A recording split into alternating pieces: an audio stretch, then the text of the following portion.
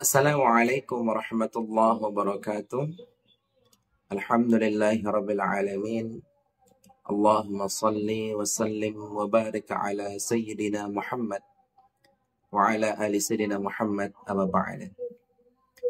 Tuan-tuan dan puan-puan yang mulia, dimanapun berada, apapun keyakinan Anda, suku bangsa Anda, apakah Anda adalah orang yang kasih sayang kepada kami? Apakah Anda adalah termasuk orang-orang yang berbuat zalim kepada kami? Kami doakan mudah-mudahan kita semua mendapatkan hidayah. Karena saya yakin setiap orang menghendaki kebaikan. Kami mendapatkan komentar yang sangat menarik di Facebook, tuan-tuan. Dari tuan yang sangat kami muliakan. Assalamualaikum, Kang. Saya mau bertanya, apakah secara hakikat pahala plus dosa itu ada, tidak? Kalau ada, kan semua yang hadis itu sebenarnya nggak ada. Baik. Jadi maksud pertanyaannya seperti ini. Kang Sukma, apakah dosa, apakah pahala itu ada secara hakikat atau tidak? Karena secara hakikat, menurut yang bertanya, itu semuanya tidak ada. Karena yang ada hanya Allah. Baik. Pertama-tama Tuan yang sangat kami muliakan yang membuat pertanyaan ini, perlu Tuan pahami, kami tidak berpaham wahdatul wujud. Ya. Jadi dalam tasawuf itu ada yang berpaham wahdatul wujud. Wahdatul wujud itu adalah paham yang mengatakan semua ini wujud Allah. Jadi tidak ada wujud saya, tidak ada wujud Muhammad, tidak ada wujud Abu Jahal, tidak ada wujud Abu Lahab, tidak ada wujud Fir'aun, tidak ada wujud Ibrahim, tidak ada wujud Musa. Semuanya ini nggak ada. Yang ada hanyalah wujud Allah. Nah, ini namanya pemahaman wahdatul wujud. Sedangkan kami tidak berpaham seperti itu. Ya. Yang kedua, ada pemahaman manunggaling kaulo Gusti, bersatunya Tuhan dengan hamba. Nah, kami juga tidak menggunakan paham yang seperti itu, Tuhan ya. Lalu kami menggunakan paham yang mana? Kami menggunakan paham yang disebut dengan pemahaman wahdatus syuhud. Nah, wahdatus syuhud itu dia membagi wujud itu menjadi dua. Yang pertama wujud majazi. Nah, wujud majazi itu wujud yang ada awalannya, ada akhirannya, tidak bisa berdiri sendiri. Nah, seperti alam semesta ini, seperti saya, baju ini, tembok ini, saya, kita semua, itu wujud majazi. Jadi kita punya awalan, adanya kita ini punya awalan, adanya kita punya akhiran. Dari muda, kecil, bayi, remaja, tua, dia berubah-ubah tidak menetap. Nah, ini semua adalah wujud majazi. Nah, yang kedua ada namanya wujud hakiki. Wujud hakiki itu wujud yang nggak pernah berubah-ubah, yaitu wujud zatnya Allah Subhanahu wa Ta'ala yang sedia kala tanpa akhiran. Nah, jadi kami berpaham wahdatul syuhud. Bedanya wahdatul wujud dengan wahdatul syuhud begini. Kalau wahdatul wujud dia mengatakan tidak ada yang wujud kecuali Allah. Jadi semuanya wujud Allah. Fir'aun wujud Allah, Abu Jahal wujud Allah, Abu Lahab wujud Allah, Muhammad wujud Allah, Musa, Isa wujud Allah semua. Nah, ini menurut wahdatul wujud. Tidak ada yang wujud kecuali Allah lah yang wujud. Nah, ini wahdatul wujud namanya. Nah, kalau wahdatul syuhud itu mengatakan la maujud fil haqqi illallah. Tidak ada yang wujud secara hak, secara hakiki kecuali Allah. Nah, jadi kalau wahdatul wujud tidak ada yang wujud kecuali Allah. Kalau wahdatul syuhud tidak ada yang wujud secara hak kecuali Allah. Ini hati-hati, berbeda nanti ya. Baik. Nah, kalau orang berpaham wahdatul wujud, nah, seperti yang ditanyakan oleh Tuan yang sangat kami muliakan ini, Dia mengatakan apakah secara hakikat ada dosa, ada pahala, sedangkan semua ini nggak ada, semuanya wujud Allah. Nah, kalau semuanya wujud Allah, maka nanti turunannya akan menafikan yang namanya surga, yang namanya neraka, yang namanya azab kubur, yang namanya pahala dan dosa. Jadi kalau kita menggunakan konsep wahdatul wujud, nanti akan menafikan turunan-turunannya. Dia akan mengatakan, oh kiamat itu bukan hancurnya alam semesta. Nah, ini satu. Yang kedua, dia akan mengatakan surga neraka itu sekarang, bukan nanti. Nanti itu adalah dongeng. Nah, ini menurut kalau kita menggunakan wahdatul wujud. Terus ketika kita berbicara pahala dan dosa, dia akan menafikan. Ini hasil turunan kalau kita menganggap konsep wahdatul wujud itu yang benar. Ya. Tapi bagi rekan-rekan, saudara-saudaraku yang menggunakan konsep wahdatul wujud, silahkan. Ya, silahkan. Kami hanya memberikan pandangan yang lain. Kalau konsep wahdatul wujud yang benar, terus ngapain Nabi Muhammad selama 23 tahun berdakwah? Berdarah-darah, mengorbankan jiwa, raga, keluarga, harta benda. Kenapa? Kenapa harus sampai berdarah-darah, berdakwah begitu? Kan tinggal Nabi Muhammad katakan kepada orang-orang, Abu Jahal, kamu wujud Allah. Ali, kamu wujud Allah. Abu Bakar, kamu wujud Allah. Abu Lahab, Abu Jahal, kamu wujud Allah. Selesai kan? Nggak perlu ada haji, nggak perlu ada zakat, nggak perlu ada halalnya perbuatan makanan, tidak perlu ada haramnya perbuatan makanan. Cukup aja mengatakan kamu digerakkan oleh Allah, mau kamu berzina, kamu diadakan oleh Allah, digerakkan oleh Allah, tidak ada surga dan pahala, tidak ada dosa dan neraka, selesai. Ngapain berdakwah capek-capek 23 tahun begitu ya. Nah, jadi ini sangat menarik Tuan ya. Karena mungkin Tuan yang bertanya ini menggunakan konsep wahdatul wujud, itu yang membuat dia mengatakan apakah ada dosa dan pahala. Sedangkan hadis itu, maksudnya makhluk itu, sebenarnya nggak ada. Nah, karena kita menafikan adanya makhluk, itu yang membuat kita mengatakan surga neraka itu tidak ada, pahala surga tidak ada, dan seterusnya, dan seterusnya. Baik. Apakah ada dosa dan pahala secara hakikat? Begini Tuan. Dosa itu dan pahala itu secara sederhana adalah ganjaran, balasan, atau ganjaran. Jadi dosa itu adalah ganjaran ketika kita melanggar perintah-perintah Allah, dan pahala itu adalah ganjaran ketika kita melaksanakan perintah-perintah Allah. Nah, jadi secara sederhana dosa dan pahala maknanya ganjaran, balasan. Ketika kita berbuat jahat, maka kita mendapatkan keburukan balasannya. Ketika kita berbuat baik, maka kita mendapatkan kebaikan sebagai balasannya, pahala. Nah, jadi tuan-tuan, kalau kita melihat dalam surat Al-Mu'min, Allah Subhanahu wa taala berfirman, pada hari ini tiap-tiap jiwa diberi balasan dengan apa yang diusahakannya. Tidak ada yang dirugikan pada hari ini, sesungguhnya Allah amat cepat hisabnya.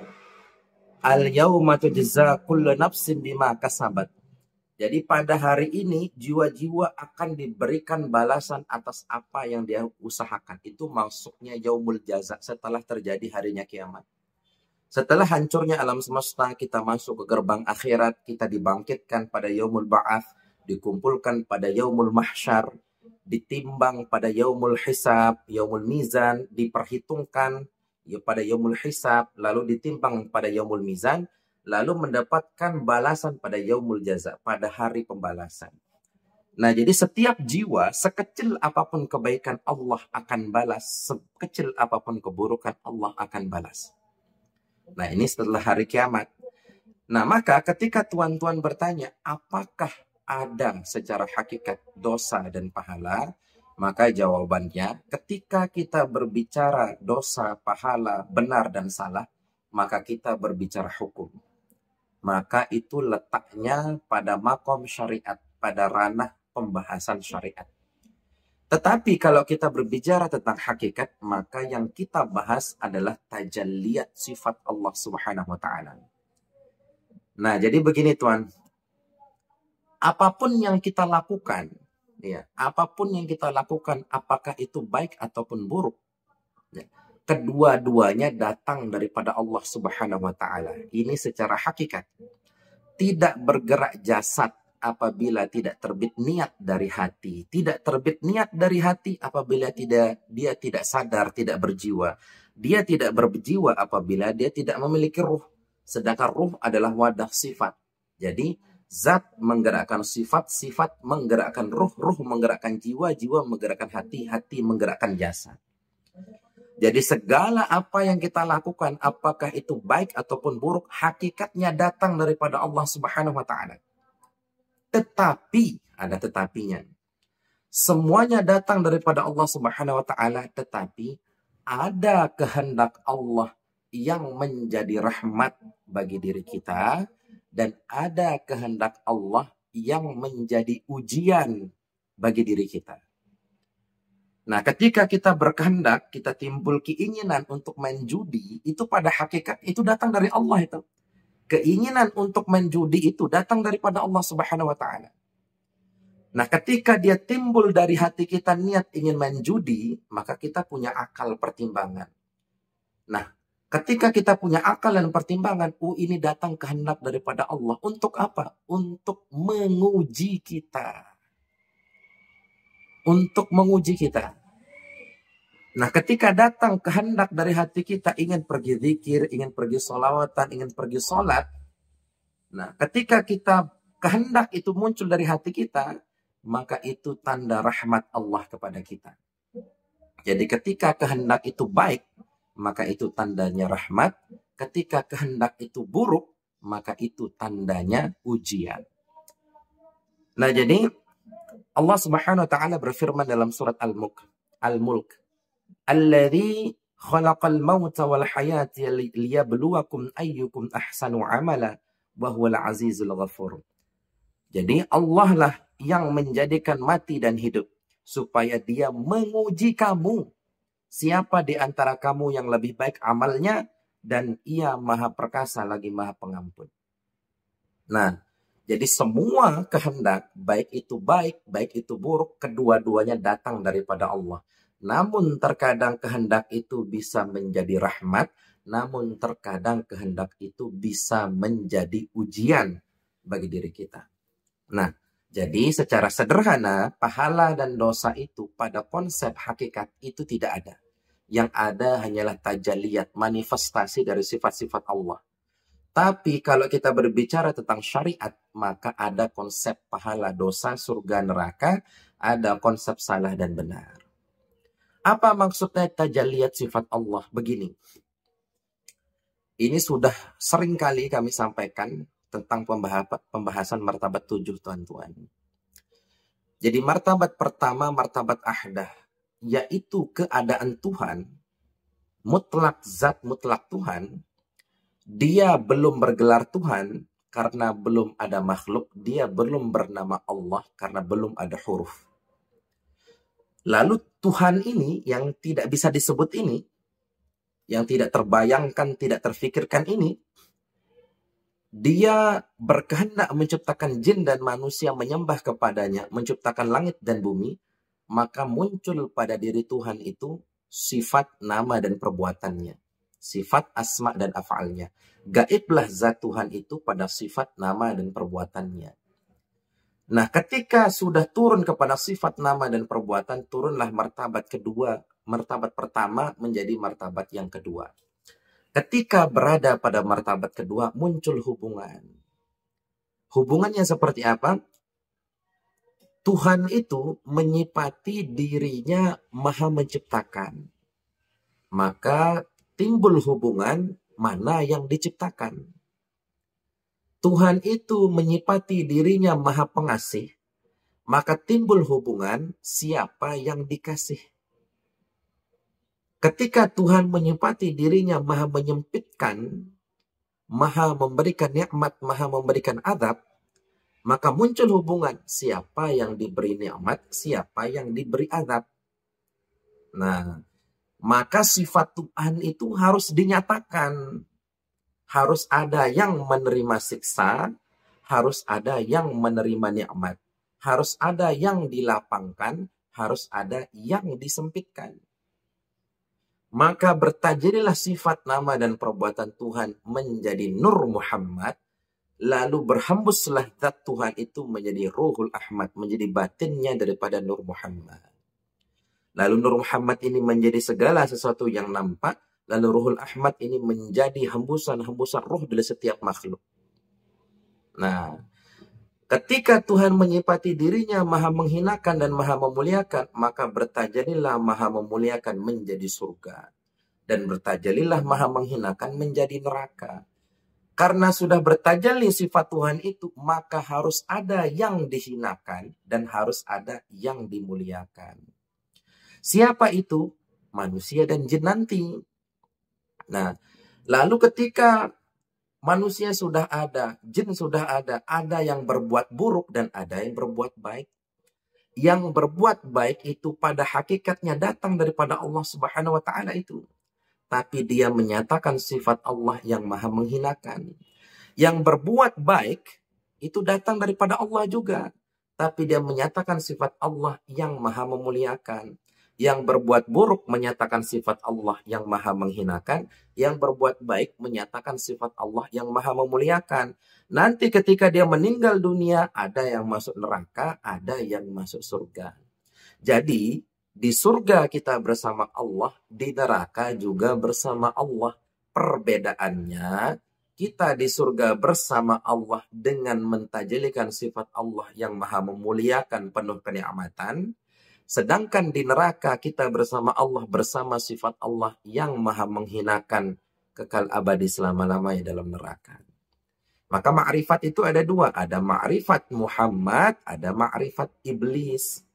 Ma'rifat Muhammad, syariat, tarikat, hakikat ma'rifat berusaha dipegang bersama-sama. Tapi kalau ma'rifat iblis, dia bersyariat, kadang tidak berhakikat. Dia berhakikat, kadang tidak bersyariat.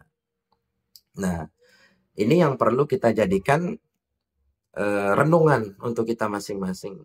Nah, jadi Allah Subhanahu wa taala itu menguji kita, tuan-tuan. Semua kehendak itu datang daripada Allah Subhanahu wa taala. Nah, cuman kehendak Allah itu ada yang menjadi ujian dan ada yang menjadi rahmat. Jadi kalau tuan-tuan ingin melihat orang disayang sama Allah, orang itu akan disibukkan oleh Allah dengan urusan yang baik-baik. Urusan agama, urusan Quran, urusan sabar, urusan jujur, yang baik-baik. Ketika Tuhan ingin melihat orang dia murka sama Allah, dia akan disibukkan dengan sesuatu yang buruk-buruk. Itu sebetulnya ciri-ciri sebenarnya, ciri-ciri dasar. Jadi kalau pengen lihat orang itu disayang sama Allah, orang itu kan sibuk dengan urusan yang baik-baik. Ketika Tuhan ingin melihat orang dimurkai sama Allah, orang itu akan sibuk dengan urusan yang buruk-buruk. Itu makanya hidayah itu hak mutlak Allah Subhanahu wa taala. Nabi tidak bisa memberikan hidayah, wali tidak bisa memberikan hidayah siapapun kecuali Allah.